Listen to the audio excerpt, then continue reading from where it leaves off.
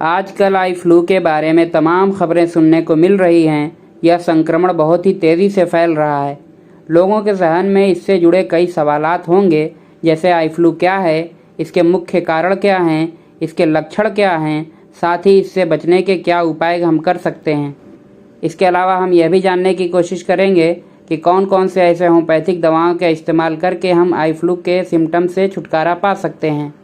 तो हेलो दोस्तों, मैं हूं डॉक्टर ताहा कौसर और आपका अपने इस YouTube channel medical depth the knowledge अड्डा डॉक्टर ताहा कौसर पर आपका हार्दिक स्वागत करता हूं। चलिए वीडियो को शुरू करते हैं।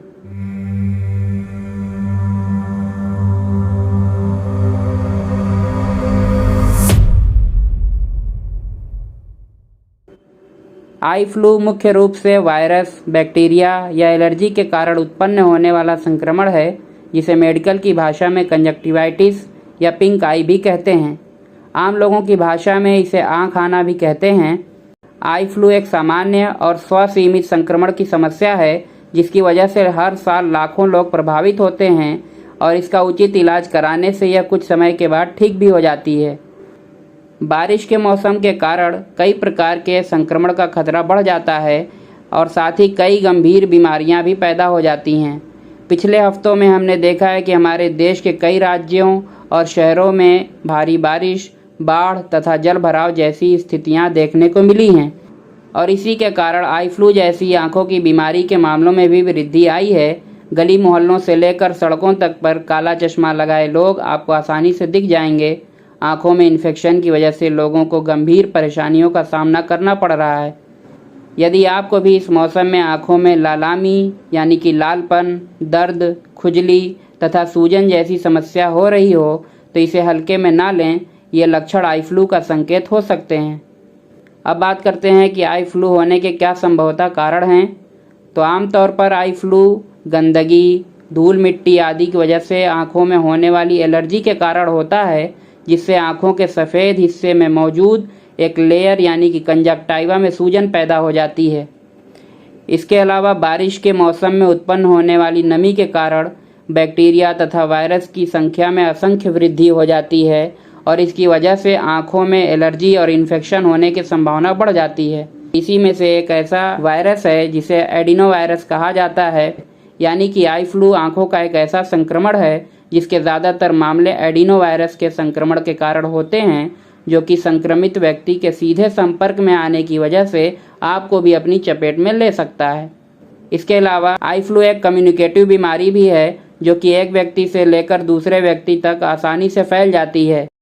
तो दोस्तों, अब बात करते हैं कि आई फ्लू के अंदर कौन कौन से सिम्टम्स यानी कि लक्षण देखने को मिलते हैं।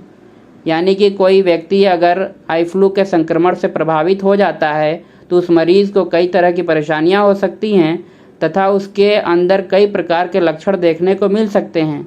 यानी कि उन सिम्टम्स या लक्षणों के अकॉर्डिंग आप ये डिसाइड कर सकते हैं कि किसी को आई फ्लू हुआ है या नहीं।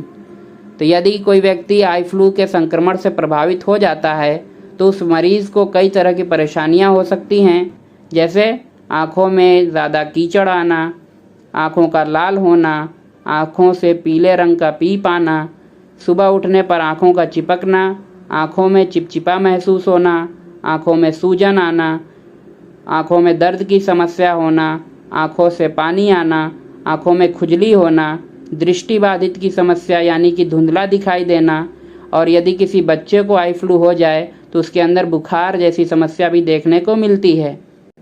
अब बात करते हैं कि इससे बचने के क्या उपाय हैं, यानी कि इसमें कौन कौन से हम प्रिकॉशियस मेजर का इस्तेमाल कर सकते हैं।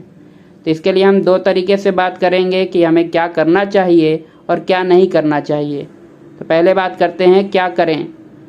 आई फ्लू का खतरा बारिश के मौसम में ज़्यादा रहता है, इसलिए बारिश में लोगों को साफ़ सफाई का विशेष ध्यान रखना चाहिए। ज़्यादातर लोगों में यह संक्रमण हाथों के ज़रिए ही फैलता है, इसलिए नियमित रूप से हाथों को साबुन से धोकर भी आप इस संक्रमण का शिकार होने से बच सकते हैं। आँखों की ठंडे तथा गर्म पानी से सिकाई करें। यदि आप किसी सार्वजनिक जगह पर जाते हैं तो संक्रमण को फैलने से रोकने के लिए दरवाज़ों के हैंडल या किसी भी सतह को छूने से बचें। यदि आप इन चीज़ों को छू देते हैं तो अपने हाथों को साबुन से या सैनिटाइज़र की मदद से ज़रूर साफ़ कर लें। इसके अलावा आई फ्लू से बचने के लिए आँखों पर काला चश्मा या सन ग्लास भी आप लगा सकते हैं। अब बात करते हैं कि आई फ्लू में क्या ना करें। इससे बचने के लिए आपको आई फ्लू से संक्रमित व्यक्ति के सीधे संपर्क में आने से बचना चाहिए। आँखों को बार बार छूने से बचना चाहिए। आँखों में यदि खुजली हो रही हो तो उसे बार बार मसलना नहीं चाहिए। अपने कपड़े, तौलिया, टूथब्रश और मेकअप आदि चीज़ों को दूसरे के साथ साझा या शेयर नहीं करना चाहिए। कॉन्टैक्ट लेंस का उपयोग करने से बचें। स्वयं से ही दवा लेकर अपनी आँखों में न डालें, यानी कि खुद से ही जाकर मेडिकल शॉप से कोई भी आई ड्रॉप लेकर अपनी आँखों में नहीं डालना चाहिए। किसी डॉक्टर की सलाह के बाद ही आप अपनी आँखों में आई ड्रॉप या किसी भी तरह का मेडिकेशन लीजिए। अगर किसी व्यक्ति के अंदर संक्रमण बढ़ने की वजह से बहुत ही गंभीर स्थिति का सामना करना पड़ रहा है, यानी कि अगर उसको दिखाई भी नहीं दे रहा है, तो ऐसे में एक उचित डॉक्टर से उचित इलाज ज़रूर करवाएं।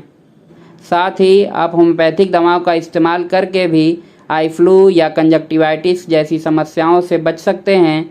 यानी आई फ्लू तथा कंजक्टिवाइटिस में काम आने वाली बहुत सारी होम्योपैथिक दवाएं हैं, जिसका इस्तेमाल करके आप इसके लक्षणों से, इसके सिम्टम से छुटकारा पा सकते हैं।